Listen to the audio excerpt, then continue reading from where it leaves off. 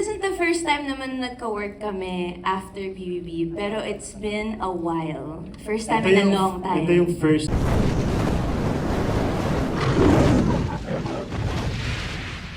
First na mahaba natin. Yes, together, right? yes. Kasi dun sa nakaraan yung sa movie, medyo bitin ako eh. Nabitin ako.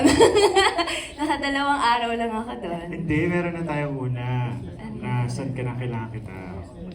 Oh, sige na nga. After After that. ng mahabang panahon, nagkaroon tayo ng Yes. sariling buhay. Ito ulit yung parang... So maraming salamat sa pagpapaunlak. Uy, wala kayo sa PBB house, ha? Pero sarap na kwentuhan niya. Nakikinig lang kami. Go ahead. But me, masaya ako na si Jane ay kasama ko dito. Alam mo yun, kasi nakakatuwa din na ma-reunite ka dun sa mga dating ka-housemate mo, di ba, sa BBB. And then, sobrang comfortable na sa isa't isa. I don't know why. Bakit nga ba?